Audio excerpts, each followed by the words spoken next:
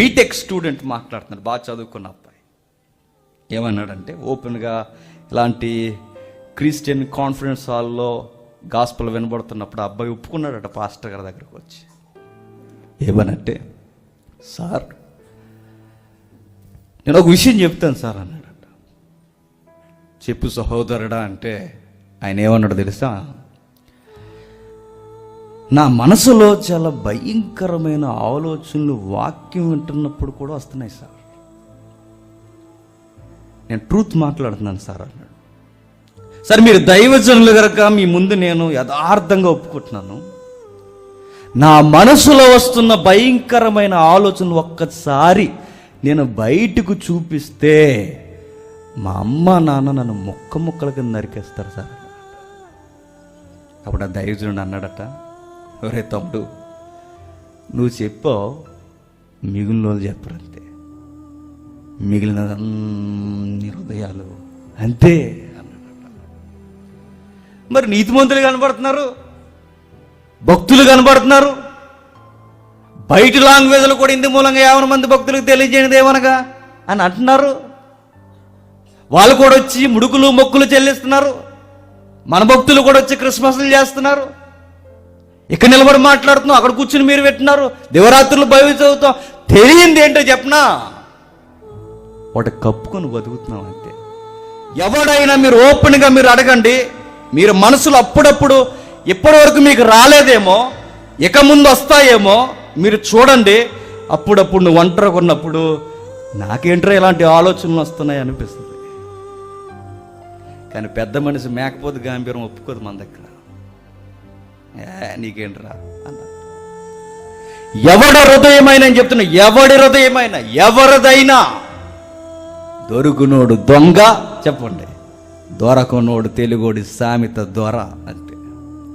ప్రతి ఒక్కడు గుండెల్లో ఉన్నది ఏంటో చెప్పిన, దోబూచులాడేది పతనమైపోయిన మానవ హృదయం, కుమిలిపోయిన మానవ హృదయం ఘోరమైన మోసకరమైన వ్యాధితో, భయంకరమైన వ్యాధితో బతికేస్తున్నామట. సినిమా స్టార్లు, సినిమా కవులు ఏమన్నారు చెప్పనా, నీ మనసు చెప్పించేయి అన్నారు. బైబిల్ ఏమంది, నీ మనసు నమ్ముకో అంతే. సినిమా స్టార్లు ఏమన్నారు రచయితలు, గుండెల మీద చెయ్యేసుకుని నీ మనసులో ఏదనిపిస్తే అది చెయ్యన్నారు. కానీ బైబిల్ ఏమంది, దాని మాట అస్సలు నమ్మకరా అయ్యా.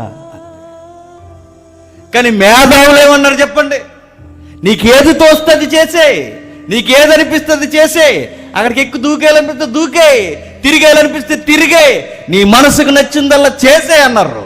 కానీ బట్ బైబిల్ ఏమన్నా తెలుసా, ఒరే దాని మాట విన్నావో, నిన్ను మోసం చేసేది పొరుగోడు కాదు, నిన్ను మోసం చేసేది నీ కట్టుకున్నది కాదు, నిన్ను మోసం చేసేది నీ ప్రియురాలు కాదు, ఇవన్నీ సెకండరీ. నిన్ను మోసం చేసేది మీ ఆఫీసర్ కాదు, నిన్ను మోసం చేసేది నీ నైబర్ కాదు, నిన్ను మోసం చేసేది నీ హృదయమే. అది నీకు చెబుతుంది, నీకెందుకు భయ్యా నేను ఉన్నా అంటదట.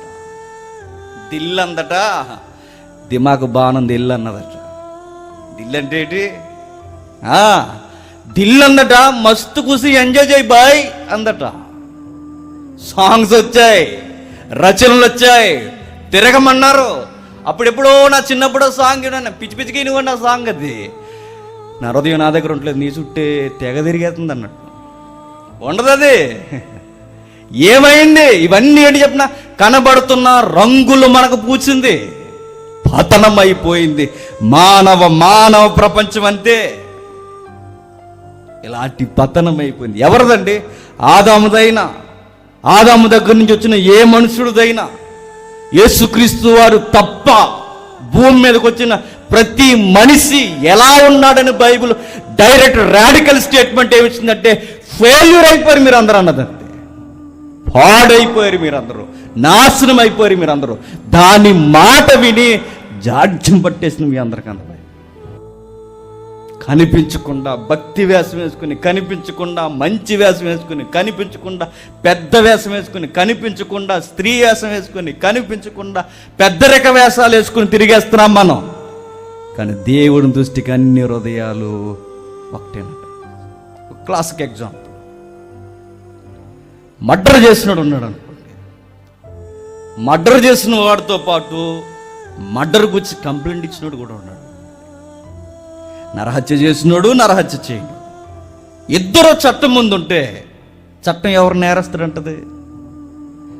మర్డర్ చేసినోడు, మర్డర్ చేయనోడు సీన్లో ఉంటే ఇద్దరు నేరస్తులు అన్నాడట. ఎవరు?